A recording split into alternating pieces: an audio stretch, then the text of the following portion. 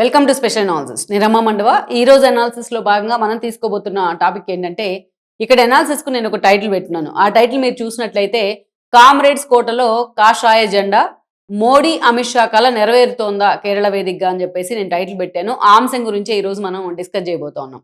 Latest updates కేరళకు సంబంధించి అందరికి తెలిసే ఉంటుంది. అయితే కొంత డీప్ గా మనం ఈ రోజు దాన్ని డిస్కస్ చేసే ప్రయత్నం చేద్దాం. కేరళ అంటే ఎప్పుడు కూడా బీజేపీ అక్కడ ఎప్పటినుంచో పాగా వేయాలని ప్రయత్నం చేస్తా ఉన్నప్పటికీ ఇప్పటిదాకా కానీ కనీసం కేరళ అంచుని కూడా టచ్ చేయలేకపోయింది. గత అసెంబ్లీ ఎన్నికల సమయంలో బీజేపీ పోటీ చేస్తే ఒకే ఒక్క అసెంబ్లీ స్థానాన్ని అక్కడ కైవసం చేసుకుంది. పైగా రాహుల్ గాంధీ లాంటి వాళ్ళు అదే కేరళ నుంచి వైనాడ్ చోటు నుంచి రిప్రజెంట్ చేస్తూ ఎంపీగా గెలుస్తూ వస్తూ ఉన్నారు. మరోవైపు చూస్తే అక్కడున్న కామ్రేడ్స్ ఎల్డీఎఫ్ ప్రభుత్వం పినరయి విజయన్ అటు ఇండియా కూటమికి మద్దతులో కానీ అదేవిధంగా బీజేపీ విధానాలను వ్యతిరేకించడంలో కానీ పినరయి విజయన్ సర్కార్ ఎప్పుడు కూడా ముందే ఉంటుంది. అందుకే కేరళ అనేది కేరళ ఒక్కటే కాదు, సదరన్ స్టేట్స్లో ఎస్పెషల్లీ కర్ణాటక కావచ్చు, అదేవిధంగా చూస్తే తమిళనాడు జయలలిత మరణం తర్వాత తమిళనాడులో చేసిన ఎక్స్పెరిమెంట్స్ కావచ్చు బీజేపీ, కాంగ్రెస్ అధికారంలోకి రాకముందు చేసిన ఎక్స్పెరిమెంట్స్ కావచ్చు కర్ణాటకలో, ఇక బీఆర్ఎస్తో కలిసి బీజేపీ తెలంగాణలో చేసిన ఒక ప్రయోగాలు కావచ్చు, ఇవన్నీ కూడా వర్కౌట్ కాలేదు. సదరన్ స్టేట్స్లో సోలోగా తాము పెర్ఫామ్ చేయాలి, సోలోగా అధికారంలోకి రావాలనుకున్న బీజేపీ అంచనాలు ఎప్పుడు కూడా తారుమారు అవుతానే ఉన్నాయి గత కొంతకాలంగా. ఈ క్రమంలోనే ఇక ఏపీలో మాత్రం ఈరోజు ఒక్క చోట మాత్రమే, ఎస్పెషల్లీ సదరన్ స్టేట్స్లో, సౌత్ స్టేట్స్లో ఏపీలో మాత్రమే అటు టీడీపీ జనసేనతో కలిసి బీజేపీ అధికారంలో ఉంది.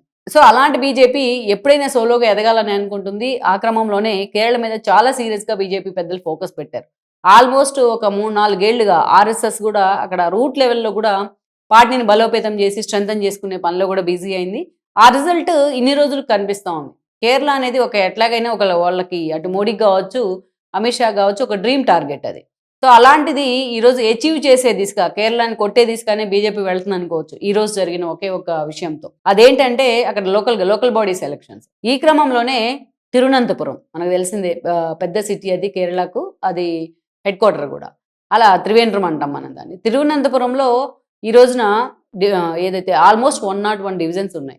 101 డివిజన్స్లో ఈరోజు ఎలక్షన్స్ జరిగితే ఆల్మోస్ట్ 50 డివిజన్స్ బీజేపీ వశమయ్యాయి. అంతేకాదు అధికారంలో ఉన్న ఎల్డీఎఫ్ కేవలం 29 స్థానాలకే ఆ పార్టీ పరిమితమైన పరిస్థితి ఉంది. చిన్న చితగా పార్టీలు మిగతా స్థానాలు కైవసం చేసుకున్నాయి. అంతేకాకుండా పక్కనే ఉన్న ఇంకొంచెం దూరంలో ఉన్న త్రిపునితురా అనే ఒక సిటీ ఉంటుంది. అక్కడ కూడా బీజేపీ లీడింగ్లోకి వచ్చిన పరిస్థితి అయితే ఉంది.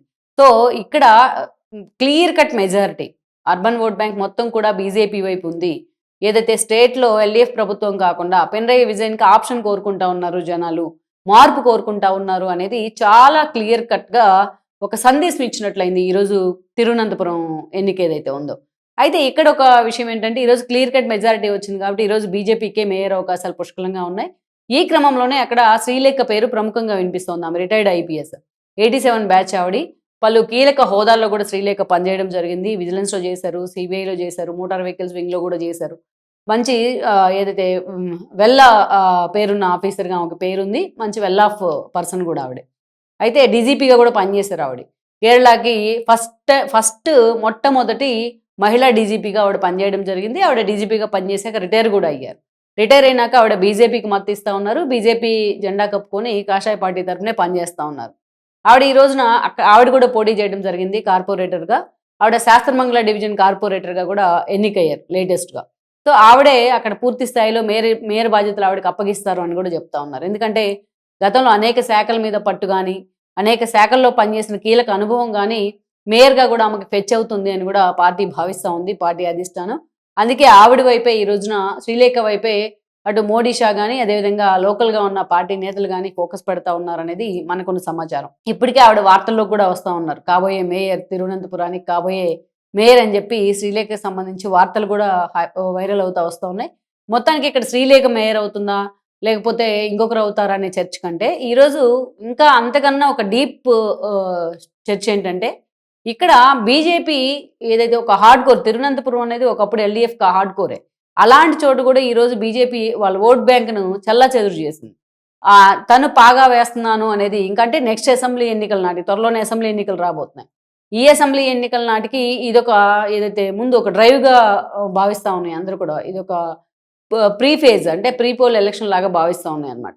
సో అలాంటి చోట ఈరోజు తమ కాషాయ జెండా ఎగరడం అనేది, అది కూడా క్లియర్ కట్ మెజారిటీతో మేయర్ పీఠం కైవసం కావడం అనేది బీజేపీకి అదొక ఊహించని పరిణామం. శ్రేణులు కూడా ఈరోజు పట్రాని ఆనందం. ఎందుకంటే ఈ విధంగానైనా సదరన్ స్టేట్స్లో తాము అడుగు పెట్టబోతున్నాం అనేది వాళ్ళ అంచనా.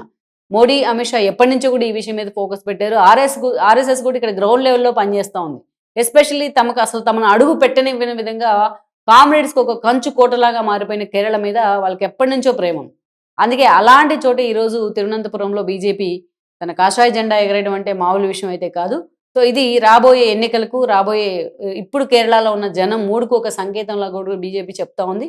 లెట్స్ సీ మరి ఈ ఫలితాలు మరి పినరయి విజయన్‌కు పాఠాలు కాబోతున్నాయా? బీజేపీకి వరం కాబోతుందా? అనేది ఇంకొద్ది రోజుల్లోనే క్లారిటీ వచ్చే అవకాశం ఉంది.